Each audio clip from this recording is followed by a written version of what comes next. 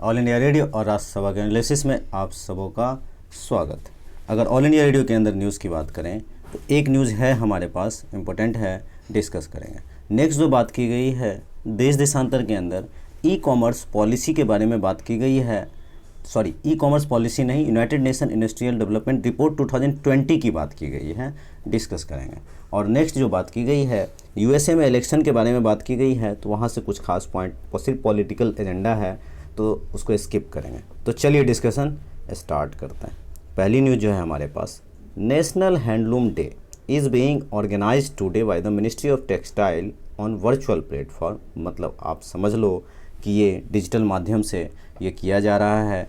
तो national handloom day, देखो यहाँ पर एक बात मैं आपको दिखाऊं तो एक सेकंड, यहाँ पर आप देखोगे नीचे 7 August was chosen as the national handloom day to commemorate the Swadeshi movement which was launched the same date in the year 1905।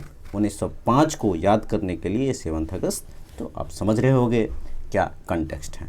चलते हैं नेक्स्ट आर्टिकल पे। नेक्स्ट आर्टिकल की बात करें तो यूनाइटेड नेशन की इंडस्ट्री के बारे में एक डेवलपमेंट रिपोर्ट आई है, उसके बारे में बात की गई है कि जो हमारा इंडस्ट्री सेक्टर है इसका डेवलपमेंट भारत का अच्छा हुआ है। नई टेक्नोलॉजी को लेकर हम आगे बढ़े हैं, इंक्रीज़ किए हैं। हम इंक्लूसिव ग्रोथ और सस्टेनेबल ग्रोथ की जो बात करते हैं, डेवलपमेंट की जो बात करते हैं, वो हो रहा है। लेटेस्ट टेक्नोलॉजी जो हम लोग इंडस्ट्रियल रिवॉल्यूशन IR 4.0 की बात करते हैं, इसको आगे बढ़ने में भारत एक अहम भूमिका निभा रहा है। नई तकनीक आती है, न्यू टेक्नोलॉजी आती है तो लोगों को रोज़गार छीनने का भी डर रहता है। जैसे 1990 के आसपास कंप्यूटर आया था तो बैंकिंग सेक्टर वगैरह में बहुत ज़्यादा हड़ताल वगैरह हुए थे।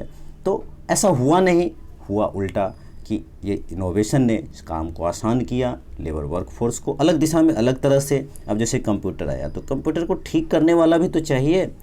दूसरा क्या है कि आज ज़रूरत किसकी है? आज ज़रूरत है लागत घटाने की, कि इसका खर्च कितना कम हो किसी भी सामान को बनाने में।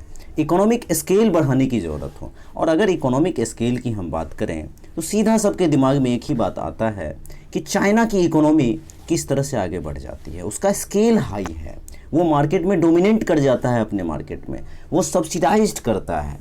तो भारत को भी इस तरह का कुछ सोचना होगा। टेक्नोलॉजी वे बना सकती है, एक रास्ता बना सकती है। अब जैसे टेक्नोलॉजी वे कैसे बना सकती है, एक सिंपल एग्जांपल दूँ। अभी चाइना के 57 ऐप के आसपास हम लोगों ने बैन किया, तो अब भारत के बारे में, भारत क्या करेगा, इसका अल्टरनेट क्या होगा? देखो, आरोप प्रत्यारोप की भारत ने उसका कॉपी किया है, लेकिन भाई टेक्नोलॉजी की तो ज़रूरत है, तो भारत ने उसके अल्टरनेट में दूसरा ऐप बनाया। तो इस तरह से इनोवेशंस लाने होंगे। अब यूनाइटेड नेशन की जो रिपोर्ट है इसमें 4 बातें मुख्यतः कही गई। अगर कहूँ बताऊँ आपको तो इस कोरोना के टाइम में बहुत अच्छा वर्क को बढ़ाया गया है। पहला, किस तरह से डिजिटल टेक्नोलॉजी का उपयोग करके नए प्रोडक्ट बने हैं। दूसरा, नए प्रोडक्ट कैसे बने हैं, जैसे मास्क वगैरह हो गया, सैनिटाइज़र वगैरह हो गया, इसकी ज़रूरत नहीं थी लेकिन ज़रूरत हुई और अचानक से इसमें बूम आ गया। नेक्स्ट, प्रोडक्टिविटी बढ़ी है, प्रोडक्टिविटी भी बढ़ी है, तभी तो हम दूसरे कंट्री को एक्सपोर्ट कर पा रहे हैं। उसके बाद कंपटीशन भी बढ़ी है। 3 बातें इसके अंदर इस रिपोर्ट में कही गई हैं। 130 देशों में अभी तक ये सर्वे हुआ और यहाँ पे जो रिपोर्ट आई उसके अंदर मैन्युफैक्चरिंग वैल्यू बढ़ा है सबसे ज़्यादा चाइना का, उसके बाद इंडोनेशिया का, उसके बाद भारत का। अब देखो, पहले भारत सोचता था कि इसके अंदर हम आए, आज भारत आया है। और चौथा कोरिया है। कंपनी ने बिग डाटा का एनालिसिस करके इस बात को समझा कि किस सेक्टर को बंद करने की ज़रूरत है, किस सेक्टर को आगे बढ़ाने की ज़रूरत है। तो वर्क फ्रॉम होम किस चीज़ का हो सकता है, किस चीज़ का नहीं हो सकता, सबका एनालिसिस किया गया है। ग्लोबल सप्लाई चेन में हमारे इलेक्ट्रॉनिक्स गैजेट को हम अपने इंडिया में किस तरह से एक मैनेज करें, उस पर बात की गई है। नेक्स्ट बात करें तो सिलिकॉन वैली जो हमारा IT सेक्टर आप कह सकते हो, भारत बहुत आगे है। वो कहते हैं ना, विपदा आती है तो विकास के अवसर भी आते हैं। अब देखो, बहुत आरोप लगता था कि हमारे भारत के सिविल सर्वेंट जो है, जो आप जो तैयारी कर रहे हो UPSC के, ये लोग काम नहीं करते हैं, जबकि ये UPSC सिविल सर्वेंट ही ग्राउंड पे इस कोविड-19 में दिखाया है कि अच्छा काम कैसे होता है और किस तरह से हम काम करते हैं। चूँकि काम अभी दिख रहा है। इसमें इस रिपोर्ट में गवर्नमेंट की प्रशंसा की गई है कि गवर्नमेंट ने बहुत अच्छे स्टेप लिए हैं। मेक इन इंडिया की प्रशंसा की गई है, पहला गवर्नमेंट, दूसरा मेक इन इंडिया, तीसरा एक समर्थ योजना है उसकी चर्चा की गई है, चौथा डिजिटल जो इकोनॉमी हम लोग बढ़ा रहे हैं, डिजिटल दिशा में जो बढ़ रहे हैं इसके ऊपर, और पांचवा जो है इसकी प्रशंसा की गई है स्मार्ट सिटीज़ के कॉन्सेप्ट को। अब देखो स्मार्ट सिटीज़ का कॉन्सेप्ट एक्चुअली है SDG 17 गोल से, जो SDG 17 है उस गोल से लिंकअप है, तभी तो हमारा इन्वायरमेंट फ्रेंडली हो चाहे कॉस्ट इफेक्टिव हो। स्मार्ट सिटीज़ कहते किसको है?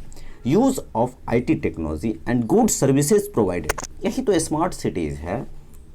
लेबर की प्रोडक्टिविटी कैसे बढ़ेगा इसको सोचना होगा, जैसे इन्वायरमेंट किस तरह का हो, इंडिया के अनुसार इन्वायरमेंट हो, ऐसा नहीं कि उसकी टेक्नोलॉजी कहीं और की है और हम जो है सो उसको यूज, मतलब मशीन भी हमारी ऐसी हो जो इंडिया अडॉप्ट कर सके, उसका क्लाइमेट अडॉप्ट कर सके, वर्कर अडॉप्ट कर सके इंडियन इन्वायरमेंट के अनुसार। और नेक्स्ट स्टार्टअप को बढ़ाना होगा हमें, और पहले हम सोचते थे कि हम इतना करेंगे लेकिन हम आज कर चुके हैं। नेक्स्ट इसमें एक और बात है, patent activity, import activity, export activity. Patent activity में और इंपोर्ट एक्टिविटी और एक्सपोर्ट एक्टिविटी, एक्चुअल में एक्सपोर्ट एक्टिविटी में हमारा रैंक 19 है, ये हमारे लिए ज़रूरत नहीं है, मतलब इसमें रैंक की किस में, patent activity, import, export activity, इसमें हमारी रैंक आगे गई है। तो ये एक एग्जाम्पल है कि भारत ने किस तरह से इंडस्ट्रियल रिवॉल्यूशन 4.0 में सस्टेन करने के लिए, आगे बढ़ने के लिए कदम बढ़ा दिया है। ये सारी बातें इस आर्टिकल के अंदर कही जाती हैं। तो आज के डिस्कशन में इतना ही था। Thank you.